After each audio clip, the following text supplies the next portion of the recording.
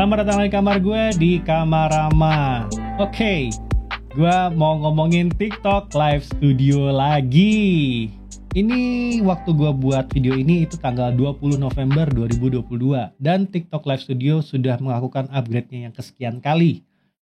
Dan itu juga dikasih tahu sama salah satu viewers. Terima kasih siapapun Anda yang memberitahu gue. Dan gue merasa TikTok mengarah ke hal yang lebih baik. Dan gue ngelihat ada perubahan, ada improvement yang TikTok lakukan pada TikTok Live Studio-nya. Satu hal yang harus gue ingatkan, gue sudah mencoba bagaimana rasanya live streaming pakai OBS dengan StreamKey. Kalau kalian udah dapet StreamKey, gue udah dapet kan ya. Jadi gue bisa sharing pengalaman juga di sini. Dan gue juga bisa tahu pengalaman gue memakai TikTok Live Studio untuk streaming di TikTok. Oke, ini yang gue suka dan nggak suka dari streaming make OBS sama streaming make TikTok Live Studio. Jangan salah, dua-duanya ada enak ada nggak enaknya. Kalau kita ngomong enaknya streaming pakai OBS dengan StreamKey, itu satu, ringan banget. Kalian sudah double stream, masih ringan gamenya. Kalian bermain gamenya enak, tidak banyak masalah, settingan tidak kegeser-geser, enak. Pakai OBS, ringan banget. Itu harus gue akuin, itu advantage besar kalau bisa dapat StreamKey. Tapi semuanya kalian harus lakukan manual. Jadi kalau kalian mau nge-stream di TikTok, kalian harus narik lagi StreamKey-nya dari TikTok, nempelin lagi di OBS, baru bisa jalan. Terus kalau misalnya kalian pakai kalau kalian pakai dual streaming, kalian juga harus monitoring chat mana yang kalian mau baca. Repot banget pakai OBS. Jadi kalian harus monitoring OBS-nya, kalian harus monitoring chatnya, belum lagi stream satunya lagi. Misalnya kalian stream di YouTube dan di TikTok, kalian harus ngeliatin TikTok-nya dan kalian harus ngeliatin YouTube-nya. Ribet banget. Anggaplah cuman cuman nge-stream di TikTok ya. Kalian harus ada dua yang nyala.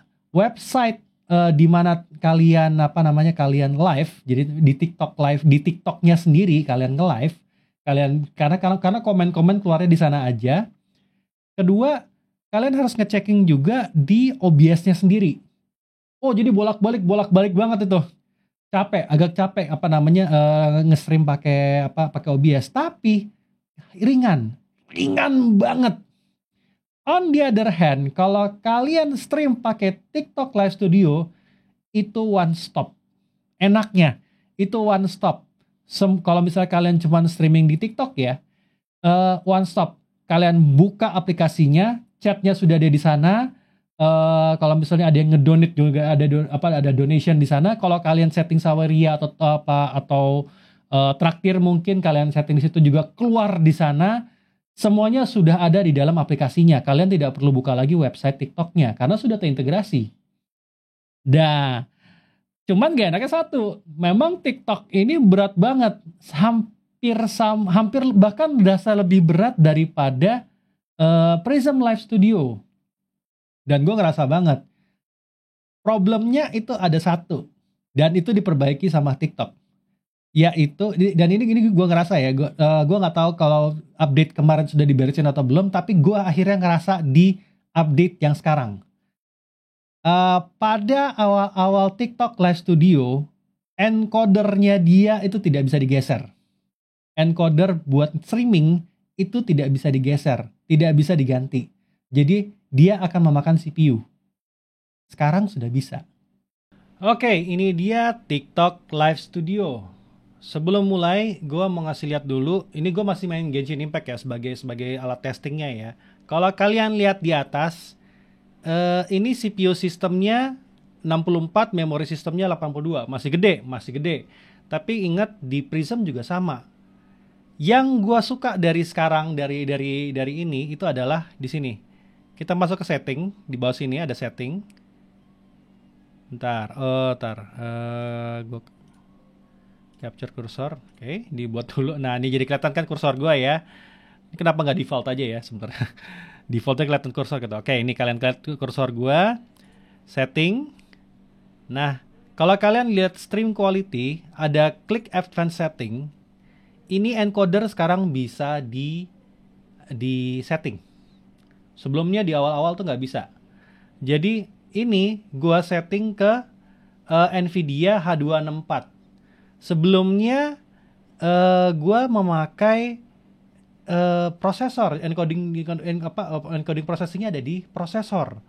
Makanya kenapa jadi berat banget. Ini dengan game nyala, CPU sistemnya cuman kuning doang tuh. Kalau kalian lihat di atas, itu cuma sampai kuning doang di sini nih. Ini cuma sampai kuning doang. Kalau kalian pakai CPU, ya, itu bisa jadi merah. Bisa jadi merah. Ini ada game yang lagi nyala, ada Genshin Impact lagi nyala. Itu jadi merah. Jadi merah banget. Warnanya ini jadi merah banget. Oke, gue kasih lihat ya. Gue kasih lihat kalau misalnya encodernya gue rubah. Ini dia dengan encodernya CPU. Kalau lihat di atas ini, ini kalau lihat di sini kan gue pakai encoder video ini ya, advanced setting. Gue pakai byte VC1. Itu lebih tinggi tuh. Bisa sampai 84, 72, merendahnya di 72. Tadi kan sampai di 70 doang ya. Ini kalau gamenya gue mainkan langsung merah. Langsung 90%. CPU sistemnya langsung kemakan 90%. Yang membuat game kalian menjadi beratnya minta ampun.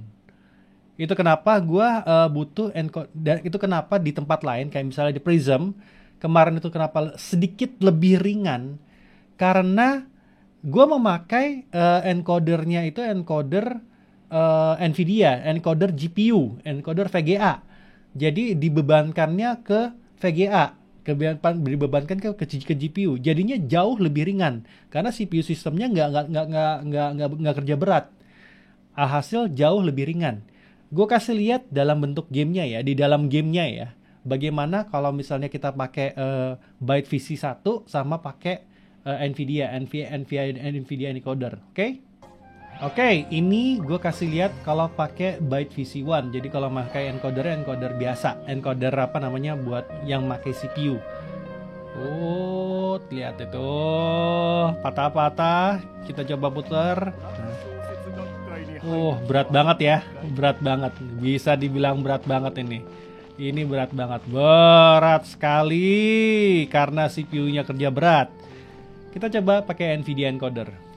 Dan ini kalau pakai Nvidia encoder.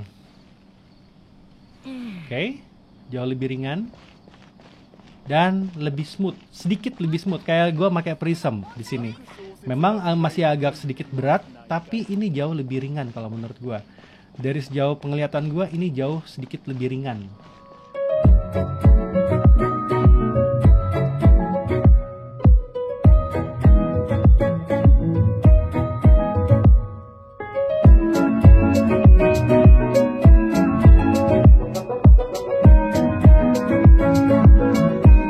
Bagaimana? Menurut gue TikTok Live Studio sudah mengarah ke tempat yang lebih baik, ke update yang lebih baik. Memang soal suara mic ya masih sering reset tiap kali lu matiin dan hidupin lagi jadi 100, jadi volumenya jadi 100 lagi.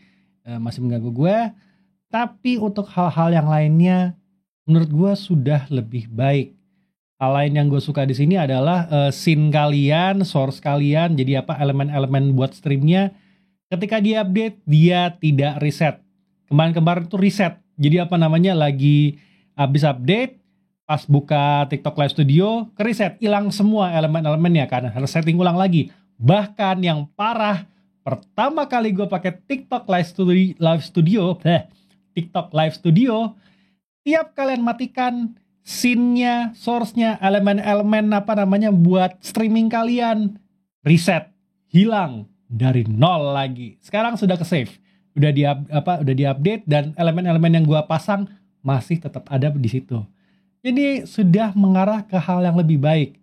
Juga apa namanya yang kalau kalian tadi menyimak Dengan adanya encoder tadi sudah lebih bisa ganti encoder tadi sudah bisa jauh lebih ringan.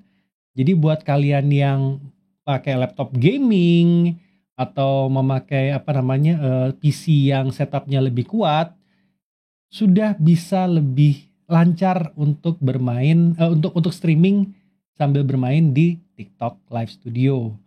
Buat kalian yang komputernya kentang, maafkan, ini mungkin masih agak berat. Kalau kalian pakai OBS aja berat, pakai TikTok Live Studio atau Prism dijamin pasti berat.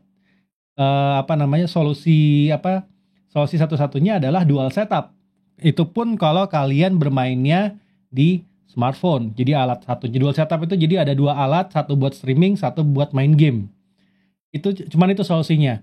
Jadi beban itu dibagi di dua mesin. Itu juga bisa kalau misalnya kalian pakai ke konsol, tapi itu buat lain waktu. Kalau misalnya kalian mau diajarin streaming dual setup, nanti gue ajarin pakai smartphone tapi ya. Nah itu dulu buat video kali ini. Terima kasih sudah nonton Kamarama. Jangan lupa like and subscribe. Sampai jumpa di Kamarama selanjutnya.